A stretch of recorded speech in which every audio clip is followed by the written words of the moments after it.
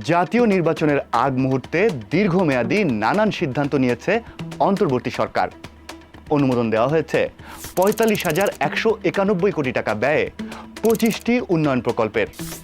দ্রুত এগিয়ে নেওয়া হচ্ছে বন্দর সংক্রান্ত চুক্তির প্রক্রিয়া। সরকারি কর্মচারীদের বেতন বাড়ানোর প্রস্তাবের সাথে উদ্যোগ নেওয়া হয়েছে প্রতিরক্ষা শিল্প অঞ্চল গঠনের। হঠাৎ কী কারণে ক্ষমতা হস্তান্তরের আগে বর্তমান সরকারের এমন সিদ্ধান্ত? কি আছে বর্তমান সরকারের শেষ সময়ে নেওয়া দীর্ঘমেয়াদী চুক্তিগুলোতে? জানব আজকের স্টার এক্সপ্লেইনসে।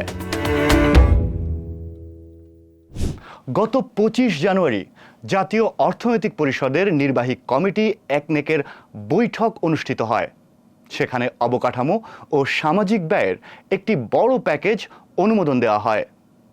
২৫টি নতুন ও সংশোধিত উন্নয়ন প্রকল্প অনুমোদন করা হয়েছে, যার ব্যয় ৪৫,১৯১ কোটি টাকা। রূপপুর পারমাণবিক বিদ্যুৎ কেন্দ্রের প্রকল্পের ব্যয় বাড়ানো হয়েছে ২৫,৫৯২ কোটি টাকা। প্রকল্পের সময়সীমাও ২.৫ বছর বাড়িয়ে ২০২৮ সালের জুনে নেওয়া হয়েছে। গত নভেম্বরে $৫৫০ মিলিয়ন লালদিয়া কন্টেইনার টার্মিনাল নির্মাণ ও পরিচালনার জন্য ডেনমার্কের এপিএম টার্মিনালসের সঙ্গে ৩৩ বছরের চুক্তি করা হয়। একই সময়ে সুইজারল্যান্ডের মেডলগের সাথে ২২ বছরের চুক্তিতে পানগাঁও নদীবন্দর পরিচালনার প্রস্তুতি হচ্ছে। মেডলগের নিয়োগটি উন্মুক্ত দরপত্রের মাধ্যমে হলেও লালদিয়া ও ডিপি ওয়ার্ল্ডের ক্ষেত্রে সে ধরনের কোনো প্রক্রিয়া অনুসরণ করা হয়নি। প্রতিযোগিতামূলক দরপত্র না থাকায় অন্তর্বর্তী সরকারের মেয়াদের শেষের দিকে এসব সিদ্ধান্ত নিয়ে সমালোচনা বাড়ছে। নবম জাতীয় বেতন কমিশন সরকারি কর্মচারীদের বেতন বাড়ানোর প্রস্তাব দিয়েছে, যা নিয়ে তীব্র সমালোচনা হচ্ছে। এই বেতন কাঠামো বাস্তবায়িত হলে বেতন বাবদ সরকারের ব্যয় বেড়ে দ্বিগুণ হতে পারে। সরকারি কর্মচারীদের বেতন বৃদ্ধির যৌক্তিকতা পুরোপুরি ভিত্তিহীন নয়। ১ দশক ধরে সরকারি কর্মচারীদের বেতন পুনর্বিন্যাস করা হয়নি এবং মূল্যস্ফীতির কারণে তাদের ক্রয় ক্ষমতা কমেছে। কিন্তু ঋণভার ও রাজস্ব লক্ষ্যমাত্রা পূরণে ব্যর্থ কোষাগারের জন্য এমন প্রস্তাবকে রাজস্ব বোমা বলছেন অর্থনীতিবিদরা। র্যাবের জন্য ১৬৩টি যানবাহন কেনার প্রাথমিক অনুমোদন দিয়েছে অন্তর্বর্তী সরকার, যার মাঝে রয়েছে ৩টি জিপ, ১০০টি পিকআপ ট্রাক ও ৬০টি মাইক্রোবাস। সরকারের ক্রয় কমিটির অনুমোদনের পরই এর জন্য চূড়ান্ত ব্যয় জানা যাবে। গুম তদন্ত কমিশন প্রধান উপদেষ্টার কাছে দেওয়া প্রতিবেদনে র্যাবকে বিলুপ্ত করার সুপারিশ করেছে।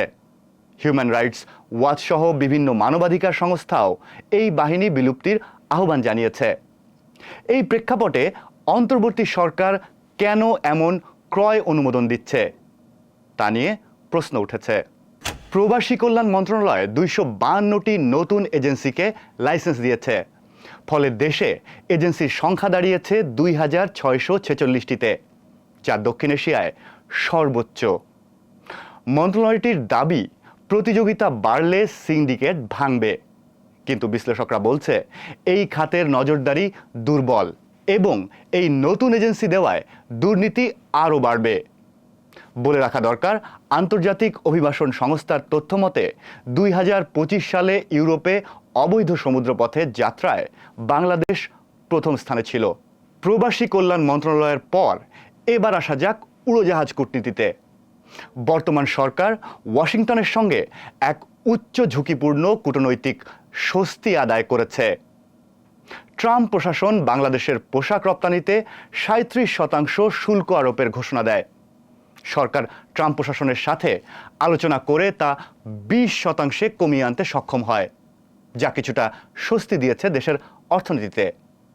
তবে অর্থনীতিবিদদের মতে এই স্বস্তির জন্য মূল্যও দিতে হয়েছে। ২০২৫ সালের শেষ দিকে রাষ্ট্রীয় গ্যারান্টি সহ বহু বিলিয়ন ডলারের চুক্তি হয়, যেখানে বিমান বাংলাদেশ এয়ারলাইন্সকে ১৪টি বোয়িং উড়োজাহাজ কেনার নির্দেশ দেওয়া হয়। তাছাড়া বোয়িং ও এয়ারবাসের মধ্যে তুলনামূলক বিশ্লেষণ ছাড়াই এই চুক্তি করা হচ্ছে।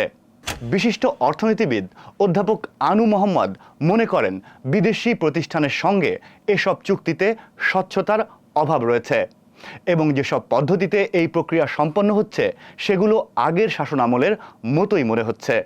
তিনি বলেন, শেষ মুহূর্তে এমন তড়িঘড়ি এবং রাজনৈতিক দল ও জনগণের মতামত উপেক্ষা করা আগের স্বৈরাচারী শাসনের কথা মনে করিয়ে দেয়। সেন্টার ফর পলিসি ডায়ালগের বিশিষ্ট ফেলো দেবপ্রিয় ভট্টাচার্য বলেন, পরিকল্পিতভাবে হোক বা অবহেলাবশত বর্তমান বৈশ্বিক অস্থিরতার প্রেক্ষাপটে বর্তমান সরকার আগামী সরকারের জন্য অর্থনীতি পরিচালনা করা অত্যন্ত কঠিন করে তুলছে।